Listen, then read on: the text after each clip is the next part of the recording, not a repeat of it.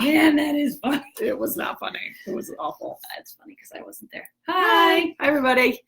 All right. So today Michelle invited you all to contribute your ideas for what we want to talk about. And since none of you did, then we get to talk about whatever we want. Which today we're going to talk about accountability. Just kidding. Just kidding. Hi, Lee. Lee's on. Lee! Hi! Gosh, I haven't thought about you in a while. I hope you're great. I heard you got a promotion. That's awesome. Yeah, you told us you got a promotion. Oh, by the way. Oh, yeah, I know. Okay, I didn't know if you knew that part of it. Yeah, I mean, we still will, but yeah. Sorry, not about you, Lee. Not about you. Sorry. Just different secret. Meg literally walked into the meeting 3 seconds before we started, so I'm just kind of catching up here. Lee says hi. Okay. So today what we thought we would talk about is announcements. Announcements. I always forget them. Good announcements. We'll make this short. We got always so many things going on. We have Meg's talking like all of March. She's got a talk down in Clearwater, Florida. She's got a talk in Pierre, South Dakota with the conservation agency. And then you're speaking at the Aberdeen Women in Business. No, they call it something else. Women Business Conference. Women Business Conference in Aberdeen, South Dakota. And I'm teaching a project management class in Rapid City, March 4th through the 8th. So if you want more about that, let us know. What else? Is that it? We still need book reviews. Book review. Lee, I bet Lee hasn't given us a book review yet. That's what you get for getting on here. Lee would love to give us a book review. I bet he would. It seemed like there was something last week that I said. Oh, for those of you who responded to the what are we going to name our free webinar, thank you. And you will be getting your cards via email Did we this bribe week them or with next something? week. Yeah. Oh, nice job. I know. Very good. Okay, Good. so thank you for those of you who responded, which, yes, thank you. I think that was it. I think that was the thing I talked about last week. Okay. And that's our 4 cards thing? Yeah. Oh, cool. Cool. Yes. Okay, so today we're going to talk about our G.S.D Triangle, or Get Shit Done Triangle.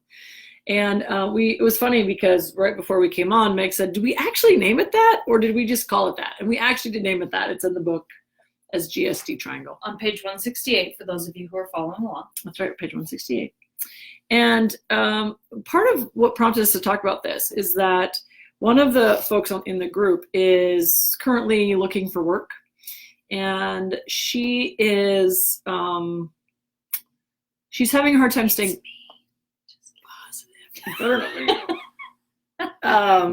She's having a hard time staying optimistic because frankly, she's a little geographically constrained, and where she's living, there's not a huge amount of opportunity right now. So she's really having a hard time like staying optimistic and positive. And so one of the things that we thought we could talk about was the G.S.D Triangle, because a lot of times that's kind of what keeps us going. And it's in the accountability what chapter is it in? What section is it in? Wait, hold on, we're looking. Living in choice section. And so what we talk about a lot is that however we live our life is we're living in choice. And some days, Meg and I will both attest that recently we've been like trying to breathe through a fire hose, like gasping, like so much is happening and trying to figure it out. And I always like to think that I know that Meg might kill me, but at any moment, my boyfriend and I could take our kid and we could go down to Jamaica and live on the beach and serve rum drinks. And that could be our life too. And so it's really important to recognize that the way that you're living and how you're living is really your choice. And that actually gives you a lot more ownership over your options, how you're living, what you're doing. And because when we start to feel like we don't have any ownership over our life, that's when things can really be uninspiring and frustrating, and we can get into sort of a negative view or a little bit of, what's your accountability loop thing? Victim loop? Get into a victim loop a little bit. So one of the things that we developed for the book was the G.S.D Triangle, because how do we anchor in, how do we stay focused on why we're doing what we're doing? And Meg and I talk a lot about why we're doing what we're doing and the kind of life we want to lead. And that is why when we're trying to breathe through the fire hose thing, feels like we're getting waterboarded. It's a drink. I know, but I always think about breathing. Like if you're getting smashed with the face with a fire hose and you're trying to catch your breath, that's what I feel like. Like I can't catch my breath. So yeah, you're right. I'm slightly changing the. I see. Well, it makes sense metaphor. when you explain it, though. Yeah, it feels like I'm being tortured. And so when we have weeks like that, it's because we know that in the long run, this is going to lead, what we're doing today is going to change people's lives. It's going to lead to a lifestyle that we want from a business ownership and growing our team and that kind of perspective and helping the world be a better place. So that's how we try to figure out how do you actually put that in a thing, in an example, in a graphic, in a tool. And so we developed the G.S.D Triangle. So why don't you talk about it? We did, and now I'm going to talk about it. She's going to talk about it. Yes, I'm going to start with a story. It's story time. When I graduated from high school, moved away to Omaha, Nebraska to go to college. Omaha's not a huge city, but it's a heck of a lot bigger than Belfouche, South Dakota. Oh my gosh. Lots of different perspectives. And of course, I was on a college campus, so liberalism is alive and well there, and that was way different than any experiences I had had growing up. So I felt like really alive and empowered, and I thought I could do anything. And then I moved back here to South Dakota, and at the time, and I say that with appropriate disdain for that point in time, because at the time I was really super defeated about that, and I sort of blamed that on my then fiance, because he had a business with his dad, and so he said we're going to move back here, and I was like, I didn't want to do that. I wanted to move to Seattle. I wanted to stay in Omaha. I wanted to basically be anywhere but here at that point in time. And so I was in the victim loop about that for quite a while, because eventually someone pointed out to me, it was probably Rachel, I don't know. It was probably before we started working together, but someone said, well, why did you move back? You didn't have to. That was your choice.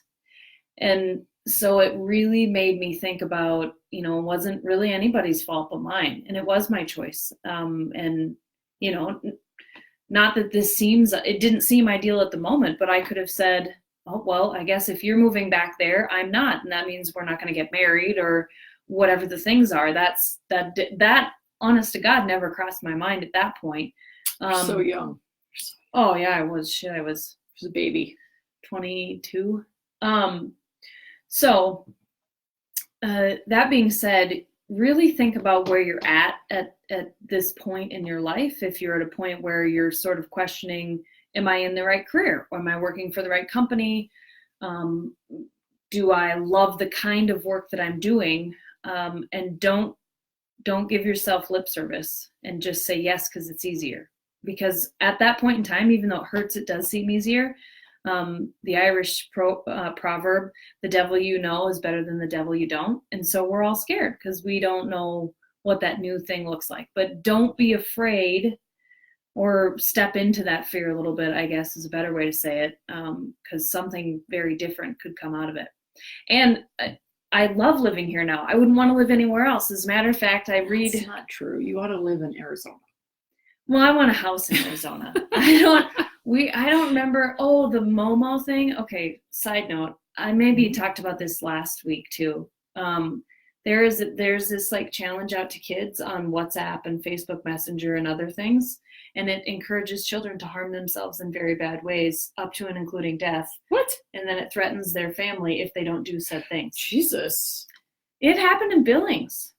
This is how I found out about it. Something horrible? No, the kid told their parents. Oh my God. Anyway, not sorry. So if you haven't heard about Momo, look it up and talk to your children about it. It's a very scary thing and it's very real. but all these things are happening all the time in bigger, it happens everywhere, but in bigger cities, there's higher potential for it to happen. So I don't want to live those places. I just want a house in Arizona, and I want a house in Virginia nearer to my Katie. But I want to live here and raise my kids here. And I really do love living in this part of the world. But I couldn't really get a hold of that until I decided that I wasn't going to be a victim, and that I was going to be accountable for the fact that I chose to move back here. And then I decided I was going to make the best of it. And once I decided all those things, it gave me an opportunity to think in the terms that we have now put into what's called the G.S.D Triangle. And so the first thing you have to think about is, what is your passion? What is the thing that you're really, really passionate about in that specific area of your life? Might be your career, might be your personal life, might be your own health, maybe you're a musician, and maybe it's what is your actual passion in music, because there's like 100 million different things you can do in music.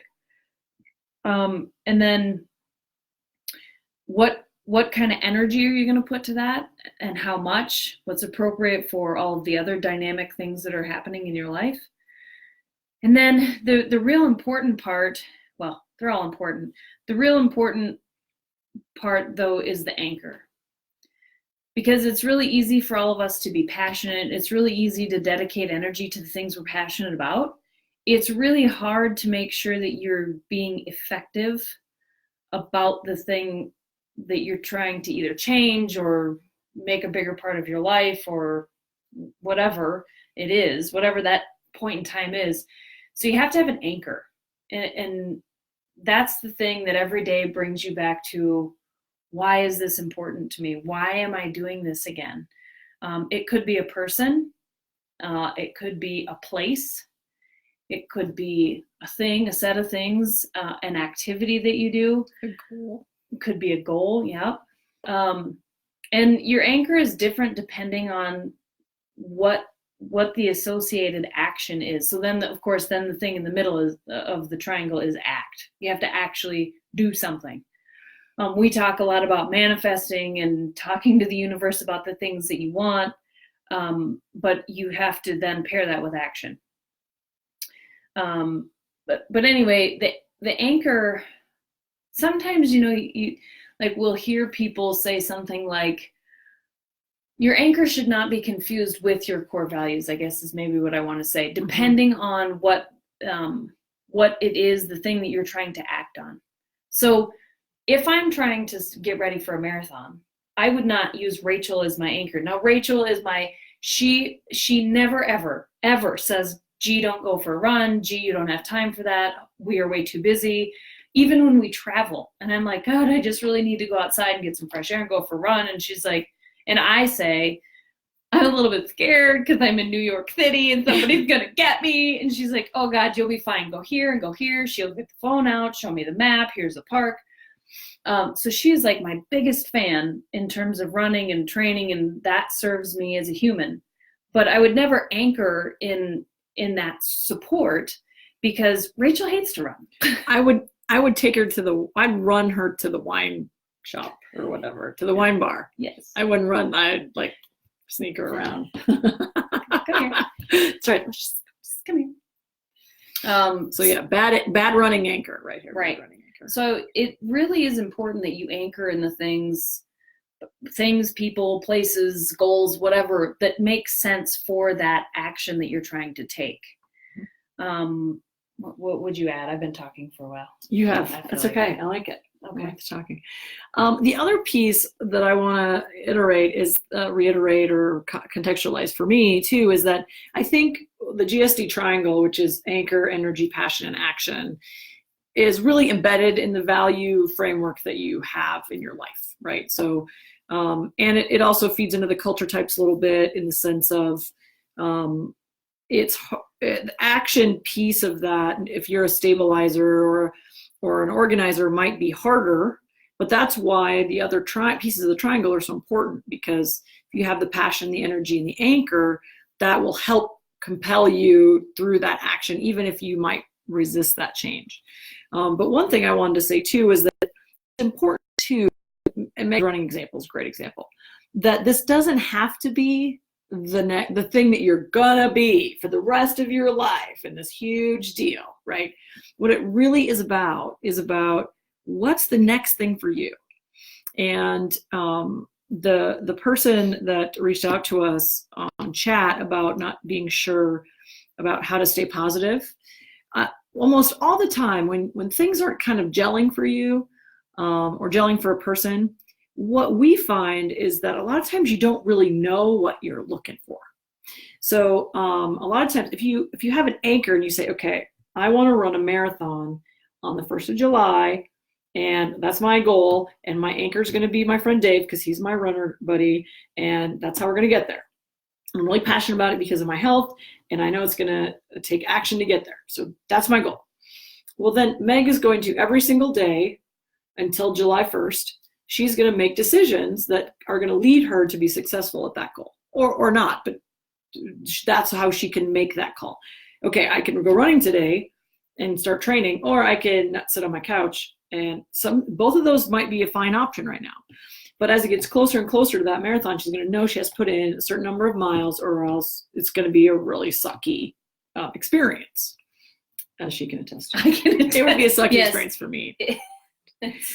But if so for people for the person that messaged us on the down low, my encouragement for you would be pick the thing, decide on what you want. I mean, instead of sort of shotgunning and hoping that something's going to come through of some kind of place and any job will do, what I would say is, what do you actually want to do? And try to be generous with your abilities. So the person that messaged us was a woman. And a lot of times what women do is we feel like we have to have 10 of the 10 things of what a perfect job would be before we ever want to do it or we ever think we can do it. And what I would encourage you to think about is a much broader view of your skill set. So if you have, let's say that you managed a team before, and well, then think about, well, what are all the skills that I have to manage a team well? And that's caring about them, and you're probably a fixer, and that means that you love to work with people, you love to problem solve, you can be strategic in how you accomplish tasks. And so when you think about that anchor and that goal, decide that you want a specific thing, and that will help you figure out how to get there. So if it's, well, I'll take whatever, well, then guess what? You're going to get whatever, probably not something very exciting or interesting to you. But if you say, I want a professional job that's inside, that I'm leading a team, you don't have to be like crazy specific, but you have to say, these are the core components of what I want. And then you can evaluate every opportunity that comes up to say, well, this hits these 3 of the things I wanted, but doesn't hit this 4th thing. Or, you know what, this might be just a part-time gig, but at least it's getting me to where I want to be.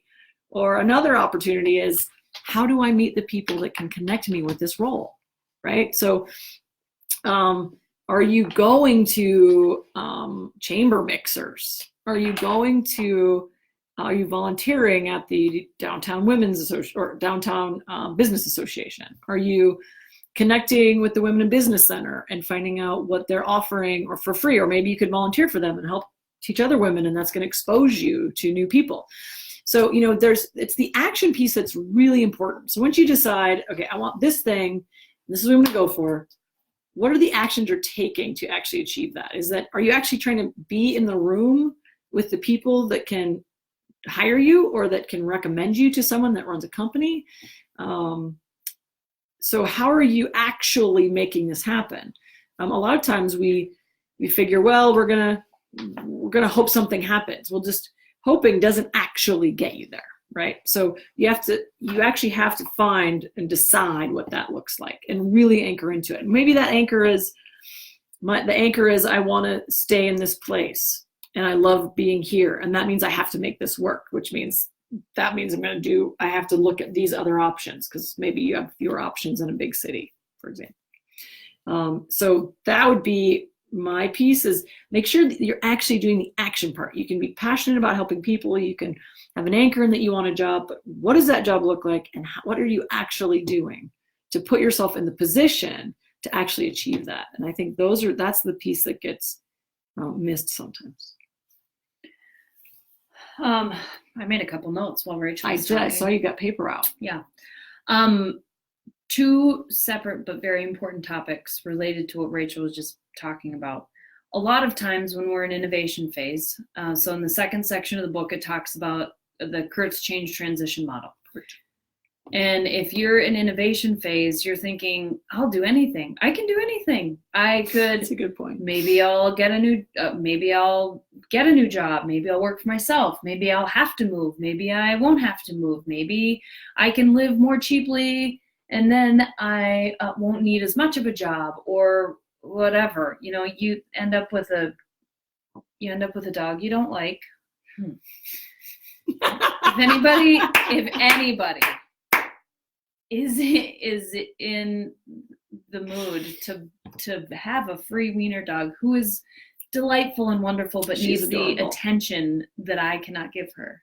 I mean, I shall remain nameless. Some family that I know of. Anyway, when you're in innovation phase, ooh, yes. Thanks, Lee. Bye. Enjoy your meeting. If you're in innovation phase, your brain intentionally thinks, I could do anything. So it's really important, like Rachel was pointing out, to say, well, what does good feel like, though? What do I want? And so the thing that is paired with that is a lot of times paired with the innovation phase is fear. And so you're making decisions because you say, I don't even care. I need money, or I need to be successful. I need to not fail. And so I don't care. Success looks like better than now. Right, better anything but this. Anything better than now. So like if I'm running along, if I'm on a long run and I'm thinking, oh my God, what does success look like? Done. Walking. Anything would be better than right now. And so it's really, really important that you actually sit yourself down with a pen and a piece of paper, not just thinking. I mean, you can think about it all you want to and then write it down. Don't just think about it. Be very intentional about writing down, what does happy look like? Mm-hmm. What kind of a life do you want to live every day? Figure out what serves that, and then you'll be able to figure out what your anchor is and why it's important that you can anchor in that thing. Then when you're in innovation phase, you can kind of scope down into what actually belongs in your bucket right now and what doesn't, because innovation phase is overwhelming, especially for everyone, but especially for order tolerant people, mm-hmm. right? Because that's all kinds of chaos. Yeah. And so the other part of that is identifying what kind of fear or what is generating the fear that you're operating in. Are you worried? Are you just trying to make more money right now? Let's say, you're in a job hunt, more money right now. Maybe you're actually really unhappy at work and you want something new. Well, why? Why do you want something new? What are you scared of now? Or what are you scared is going to happen if you start looking for a new job? Maybe you're thinking about buying a new house. And so you're scared thinking, I just started a new business and I don't know if anybody's going to give me any money, or what kind of a house do I really want? Or how much of a mortgage do I really want to have to pay every month? And so thinking about what is generating the fear gives you an opportunity to look it right in the eye and say, well, if I'm scared about this, what things can I do to help myself not be scared? Well, okay, so let's say it's, I don't have a job right now, so I'll take anything. And so let's say it's money. Well, if it's money, then look at your bank account. How much money do you have? How much do you literally need to the penny to make it for the next month? And then when you do that, you think, oh, well, okay, I have enough money to make it the next month. Shit, that's another 30 days I have to look for the job that I really want. 30 days. Yeah, for entrepreneurs, that is a lifetime. I'm just telling you. That is so long. So long. So long. So long. And so short also. Yeah. And sometimes in a lot of points in our life, it's not about the fear, a money complex or fear of not having enough money. A lot of times it's about not wanting to fail. And not either perceiving yourself as a failure or having other people perceive you as a failure. So it's important to write down, well, what does success look like? To you, not to other people. We don't care what they think. What does success look like? Mm-hmm. So in my example of when I moved back to South Dakota, success at that moment looked like not living in South Dakota. And then when I changed my framework and said, well, no, I actually enjoy living here, but I didn't think I would want to spend the rest of my days here.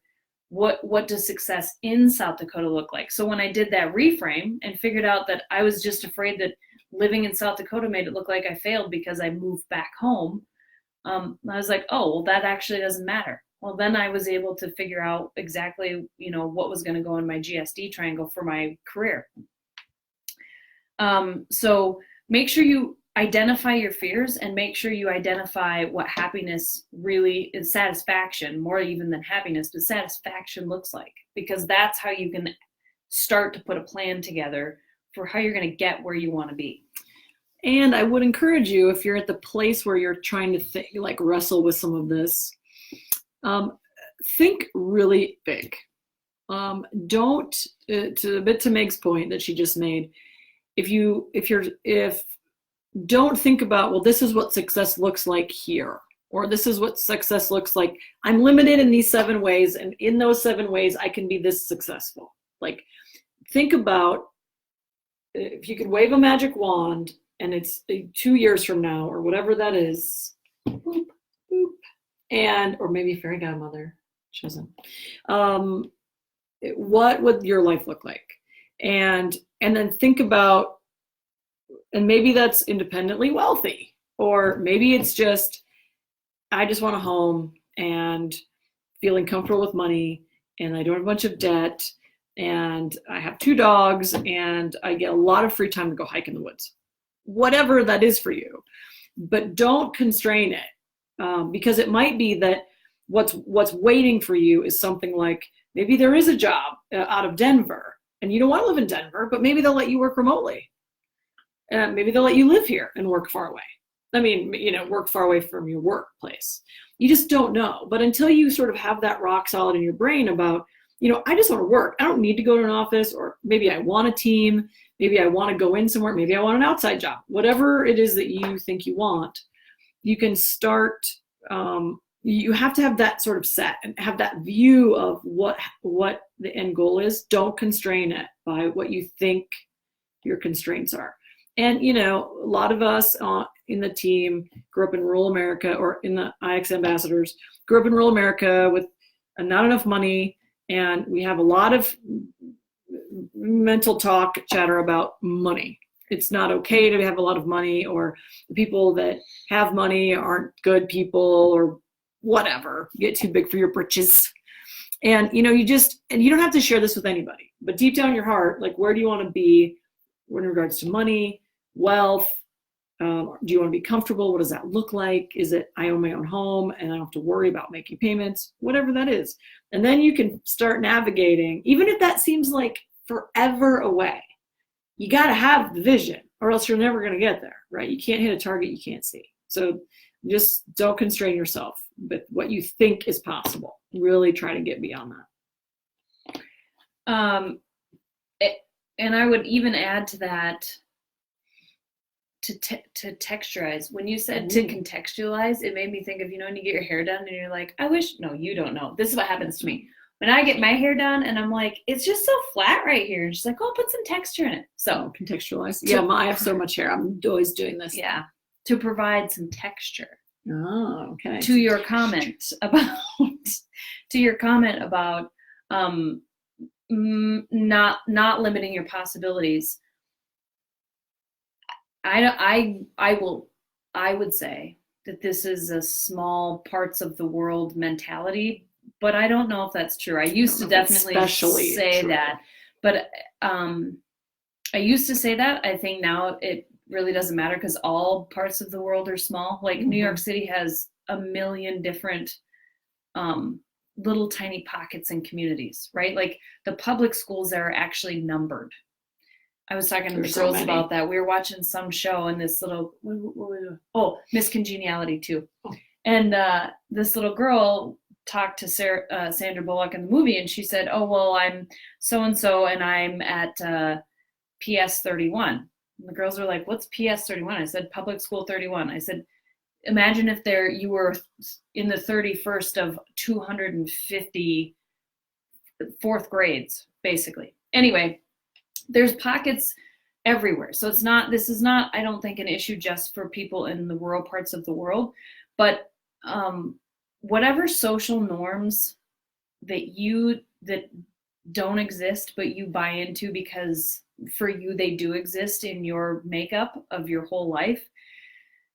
And this is I fight this every day, still every day. And even though my parents both support me a ton, and so does my whole family, and I have surrounded myself with good people who only believe that I will succeed at whatever I want to do, you still fight these things in your head every day. It's important to figure out what those things are, like making money is bad. People who have money, they never actually made it. Their parents gave it to them, or they just got lucky. That's my favorite one. Oh, well, Don't you feel like you're so lucky right now? Yeah, the Smiths just got lucky. Yeah. So whatever those are, or if you're a female, well, you should be married by the time you're this age and have kids by the time you're that age, and you should be living in a house that's at least 2,500 square feet with 3 bathrooms, blah, blah, blah. Eat vegetables every day, whatever it is. Traps. That is garbage. And so what I do to help myself through these things is I listen to a ton of podcasts. I just downloaded an app. This app is amazing. You should download this app. You would actually like it. I think. It's called Blinkist, and it's a paid app. It's like $70 for all year or something. But it's like Cliff Notes, like Audible Cliff Notes for books. So listen to books, read books, listen to podcasts that are all about disruption. And disruption has kind of been tagged to technology, but it's not. There's all kinds of disruption content out there that you can read and listen to about not believing in the social norms and the social fabric that has been woven over the last 50 to 100 years. Make your own norms. You don't have to aspire to be like anyone else if you don't want to. The other thing about all of this is when you are in an intense phase of your life, it's really important that you are intentional about building in time for your brain to rest. There was something Rachel was talking about that made me think about that. So now it seems not strange texturized. I would agree in the sense, though, it's not really resting your brain. It's resting the front part of your brain that's spinning all the time. But it gives the back part of your brain, your subconscious that's kind of chewing on this stuff all the time, gives it a chance to kind of actually process what's going on. I mean, that's it. And I remember when I was in college, my professor told me, Dr. Daryl Napton, and he told me that he was going to go away and think about something for like 4 days and then get back to me. And I thought, what the hell is that about? I don't have time for this. I don't have time. Like I was literally, I was 20 and I thought, 4 days was a lifetime. But I've really thought about that a lot, like letting your subconscious simmer. And it's winter here, miserable winter. And literally Sunday, I did not leave my house. I was home all alone all weekend. Saturday, I was home alone all day. I did not work intentionally, did not touch a computer, did not open my phone. I went to a movie by myself. It was a dream. And then Sunday, I stayed home all day. I worked most of the day, and then I sat and watched movies all night long by myself. And I just thought, part of my brain was like, you should be doing something constructive. But I'm just like, no, I'm not gonna. I just decided not to. So I was feeling that urge to take my brain out of work process, conscious process mode, and let my subconscious do its magic. Yeah. Because it will help you a lot if you do that. Yes. And the retool is not, thank you for clarifying. The retool is not to go do nothing for no reason. The retool is to train your brain to think that time that you spend to reflect and let your subconscious just kind of run through things is constructive. Mm-hmm. That because what we all do, we're right. If you're not busy, you're not getting anything done. Oh man, especially from the Midwest here. Right. And so that is another trap. That's a trap that your brain puts out there for you. And so, my thing is running and nice long hot showers where no one disrupts me. Man, I can get some The shower beer. The shower beer. Yeah, for those of you who drink beer and don't know shower beer, I encourage you to try it. When I run, that's when my brain just like all of the things that are going up here just stop moving up here, and then everything back here starts running. And thinking and processing all the information and the things that have happened. So that is constructive time for me. I'm not just running, to serve whatever my value of being health conscious and because I want to run and it's my escape because it's an escape. No, that is an important part of life that we do not give enough time to and we don't give enough credit to. So, I love it when she goes for a long run. She always comes back with the best ideas. She'll stop running, call me, tell me something, and then keep running. It's awesome. Yeah. I can't wait for it to get warm again. So I know if you can actually go outside and run. That's right. Yeah. Okay. Is there anything else we want to touch on today? So the other thing, really quickly, the person that texted us on the down low is looking for work. I would encourage you to reach out to the people you know and ask them if they know that of anyone that needs somebody that's badass, that can get things done and all the good things that you do. So think through what it is you want, because when you start asking people for their support, you want to be very clear on what kind of thing you're looking for. One example is we're in a very revenue generating mode of our business, always looking to grow. And so we've been like telling the universe, we want more revenue, we want more clients, we want to have more impact, all of those things. Because for us, revenue equals impact to people. Well, I got an opportunity to teach a class in LinkedIn, and it's 4 days. And I'm just like, we really love the revenue, but me being checked out completely, it's 4 full long days, me being checked out completely from work for 4 days, that has to pay me a lot of money to get me out of the work that we're already doing. So that's part of the trade-offs, right? Because like you're going to get opportunities, but do you really want them? And how are you going to evaluate those if you're not really anchored in what exactly you want? So that's why it's really important to figure out what you want. And then you know so many people, no one thinks they do, but when you really start listing down everybody you know that's in the business community or know somebody that might know somebody that can help you, you start asking around. People are desperate for good people. I don't know one business owner that has a job opening that is dreading a chance of getting somebody that's not great, because that's so much time and energy when you hire somebody that isn't great. So figure out what you want, ask around, but you have to do the action. You have to ask people. You have to go meet people. You have to put yourself in the position to actually achieve what you want. Otherwise, it's just hoping. Hoping doesn't get you very far. And I would add to that, if you see someone who has the things that you think you want, like someone who's really happy in their career, and they're doing a job that you think you always thought you would love, but you didn't ever have a chance to do it, or maybe it's an entrepreneur and you think, well, I don't have the time, I don't have the talent, I don't have the resources, blah blah blah. Ask that person, to go whatever, have a cup of coffee or go to their office and ask them questions for 20 minutes. People love to talk about themselves, especially about their life experience. If you say, you look so happy and everything in your life just looks great, and I want to know, how do you do it? And sometimes you're going to find out those people are completely faking it. And they're like Facebook happy. I call that Facebook happy. And then that's not what you want.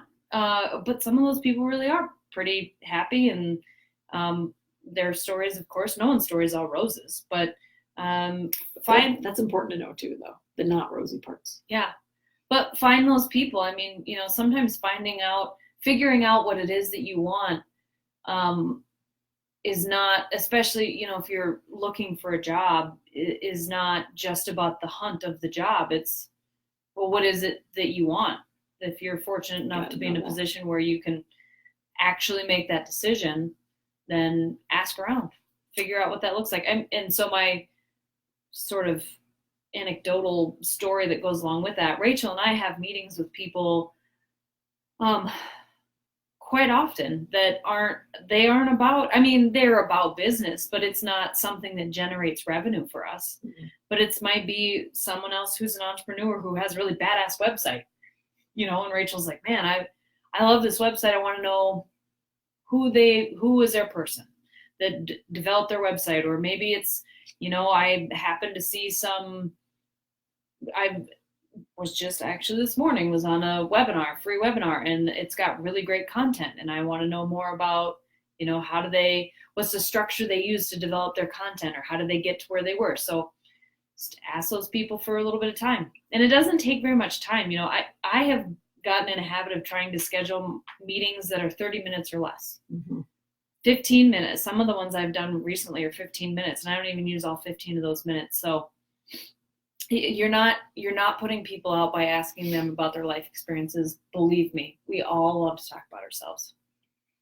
Well, and we've already done it. So when we look back, we may have a lot more insight into what not to do or how to do it better. So that's right. The other part. And most of us are happy to share that information with people. Yeah. At least the fixers in the room. All right. Anything else?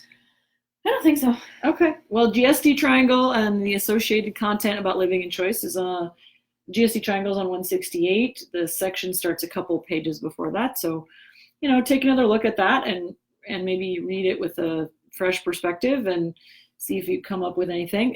Happy to answer questions, or you know how to get a hold of us if you want some more information or have a specific thing that you want to curious about how to think about. So, anything else? I don't think so. Okay, awesome. Lead powerfully. Change the world. See you next time.